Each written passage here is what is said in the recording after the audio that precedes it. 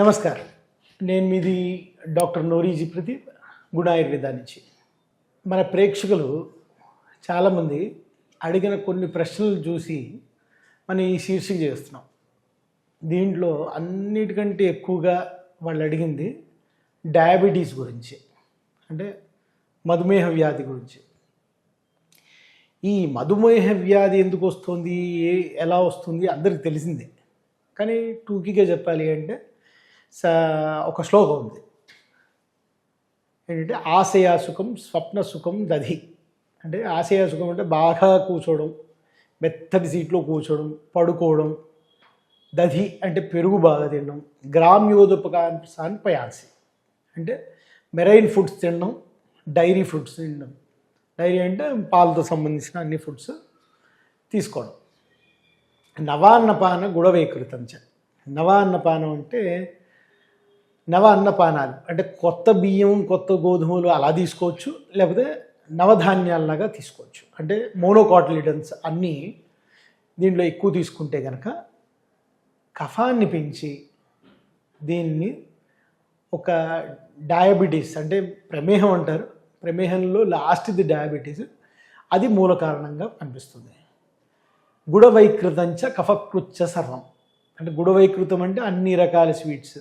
అందరూ ఏమనుకుంటారు, బెల్లం తినచ్చు, షుగర్ తినకపోయినా. అలా కాదండి, బెల్లం కూడా తినకూడదు, ఎందుకంటే షుగర్ బెల్లంలోంచే వస్తుంది కాబట్టి.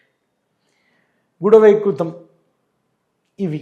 అండ్ అన్నిటికంటే ఇంపార్టెంట్ ఏంటంటే కఫకృచ్చ సర్వం. మనకి డౌట్ వస్తుంది, ఇది తినచ్చా అది తినచ్చా అని. ఏదైనా మన శరీరంలో కఫం అంటే ఫ్లమ్ లాగా ఏదైనా ప్రొడ్యూస్ చేస్తుంటే, అట్లా అయితే అరటిపండు, కొబ్బరి, పెరుగు, స్వీట్స్ ఇట్లాంటివన్నీ ఏవైతే కఫాన్ని ప్రొడ్యూస్ చేస్తాయో ఇవన్నీ కారణాలు మన డయాబెటీస్ రావడానికి. సో లేటెస్ట్ రీసెర్చ్ ప్రకారం డయాబెటీస్ మనం 2 రకాలుగా డివైడ్ చేసుకోవచ్చు.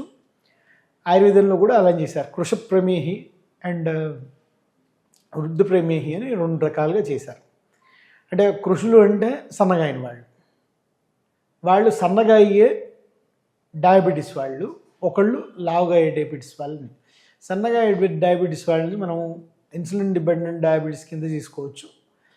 అండ్ రెండోది నాన్ ఇన్సులిన్ డిపెండెంట్ డయాబెటిక్ వాళ్ళు ఎవరైతే ఉన్నారో వాళ్ళని మనం 2వ కేటగిరీ తీసుకోవచ్చు. కానీ అన్నికంటే రీసెర్చ్ చెప్పింది ఏంటంటే ఇన్సులిన్ రెసిస్టెన్స్ అనేది కొత్త వర్డ్ కాయిన్ చేశారు. ఈ ఇన్సులిన్ రెసిస్టెన్స్ ఏదైతే ఉందో దాన్ని ఆయుర్వేదంలో ఏం చెప్పారా అని మనం చూస్తే, ఇప్పుడు నేను ఇందాక చెప్పిన శ్లోకం అంతా ఇన్సులిన్ రెసిస్టెన్స్ని పెంచే శ్లోకమే. వాళ్ళు మరి ఎలా కనుగొన్నారో మనకు తెలీదు, వాళ్ళు మహానుభావులు.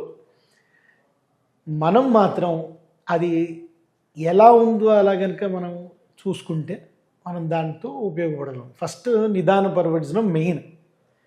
రెండోది మనం ఏం చేయడం వల్ల ఆర్ ఏమి చేయకపోవడం వల్ల అది పెరుగుతుంది అనేది కూడా చూసుకోవాలి. అంటే ఆహారం చెప్పుకున్నాం, ఆశయా సుఖం అంటే లైఫ్ స్టైల్ చెప్పుకున్నాం. దాన్ని ఏం చేయాలి, మనం లైఫ్ స్టైల్ని మార్చుకోవాలి. అట్లీస్ట్ ఒక 30 నిమిషాలు నడవాలి. నాకు మోకాళ్ళ నొప్పులు ఉన్నాయండి, నేను నడవలేను, మరి నేను ఎంతసేపు నడవాలి? ఎవరైనా 30 నిమిషాలే. వాళ్ళ శక్తికి తగ్గట్టుగా నడవడం అనేది ఇంపార్టెంట్. రెండోది మీరు పడుకునే సమయాలు ఉన్నాయి చూసారా, అది కూడా చాలా ఇంపార్టెంట్. అంటే ఇప్పుడు మనం యూకే టైమింగ్లో, యుఎస్ టైమింగ్లో పడుకునే వాళ్ళు ఉంటారు. వాళ్ళు కూడా జాగ్రత్తగా 6 గంటలకి మించి పడుకోకుండా చూడాలి అండ్ ఎక్సర్సైజ్ చేయాలి. ఇవి 2 చేస్తే కనుక వాళ్ళకి వచ్చే ఈ టైం చేంజ్, అంటే మన ఒక రిథం నడుస్తూ ఉంటుంది శరీరంలో. ఆ రిథం పాడైనప్పుడు వచ్చే ప్రాబ్లమ్స్ అన్నీ ఈ 2 చిన్న చిన్న మనం తీసుకునే జాగ్రత్తల వల్ల పోతాయి. ఇదే కనుక చాలా రోజులు తీసుకోకపోతే ఇవే కారణాలు మన డయాబెటీస్కి. ఇప్పుడు ముందర డయాబెటీస్ వంశపారంపర్యంగా వచ్చేది ఇది అనేవాళ్ళు, ఇప్పుడు అసలు అలా లేదు. ఇప్పుడు కేవలం మన తినే తిండి బట్టి కానీ లేదా మనం ఉన్న అలవాట్లు బట్టి కానీ వస్తుంది. సో ఇవన్నీ చూసి మనం ఏం చేయాలి, డయాబెటీస్ వచ్చిన వాళ్ళు ఏం చేయాలి, రాని వాళ్ళు రాకుండా ఉండేట్టు ఏం చేయాలో చూసుకుందాం. సో మన ఇంట్లో చేయగలిగిన సింపుల్ చిట్కాలను మనం చూసుకుందాం. అన్నిటికంటే ముఖ్యమైన చిట్కా ఏంటంటే ఉసిరికాయ పౌడరు, ఇంకా పసుపు పౌడరు. ఇవి రెండు కలుపుకొని కనుక మీరు తీసుకుంటే అది అన్నిటికంటే అమృతం. ఇది చరక సంహితలో ఉన్న అన్నిటికంటే ముఖ్యమైన ఔషధం కింద వస్తుంది. చాలామంది నేను ఇది చెప్పేస్తున్నానని వాళ్ళు ఇబ్బంది పడిపోతుంటారు, కానీ ఇది చెప్పకుండా మనం చేయడానికి ఉండదు. చూసారండి, ఇది చాలా పర్ఫెక్ట్గా ఉండే పసుపు. అంటే అన్ని రకాల పసుపు, కెమికల్ వేసిన పసుపు కాదు, ఇది కెమికల్ లేని పసుపు. మీరు ఒకసారి చూస్తే దాన్ని మీరు ఎంత స్మూత్గా ఉండాలంటే అది వేళ్ల మధ్యలో, రేఖల మధ్యలో ఇరుక్కుపోవాలి. ఇది చేస్తే మీకు రేఖల మధ్యలో ఇరుక్కుపోయినట్టు ఉంటుంది. అలాగే ఉసిరిక పౌడరు, ఇవి రెండు ఈక్వల్ ప్రపోర్షన్స్లో. ఇది ఒక కప్పు తీసుకుంటే అది కూడా ఒక కప్పు, కానీ మీరు వెయిట్ చేసుకోండి. ఉసిరికాయ పౌడర్ కొంచెం తక్కువ వెయిట్ ఉంటుంది, ఇది కొంచెం ఎక్కువ వెయిట్ ఉంటుంది. ఇది కొంచెం ఎక్కువ. ఇప్పుడు చూడండి, మీ రెండు చూస్తే పసుపు ఇంత, ఇది ఇంత సేమ్ వెయిట్లో ఉన్నాయి. ఇది చూడండి, ఇవి రెండు కలిసిన తర్వాత దాని పౌడర్ మిశ్రణం చూడండి. ఒరిజినల్ పసుపు మీకు కనుక అయితే ఈ కలర్లో వస్తుంది మీకు. అంటే పసుపు కొంచెం ఎర్రగా వస్తుంది, కస్తూరి పసుపులాగా వస్తుందన్నమాట. మీరు ఈ ప్రక్రియ మేము చెప్తున్నాం, కానీ మీరు డాక్టర్ సలహా లేకుండా తీసుకోకండి, అది బెటర్. ఇది చరకంలో చెప్పిందే కానీ మీకు డాక్టర్ చాలా బాగా చెప్తారు. ఇంకో విషయం చాలా ఇంపార్టెంట్. మరి ఇదంతా బాగానే ఉందండి, మేము ఆయుర్వేదిక్ మెడిసిన్కే ఎందుకు రావాలి, అలోపతిలో ఉన్నాము అని వీళ్ళు అంటారు.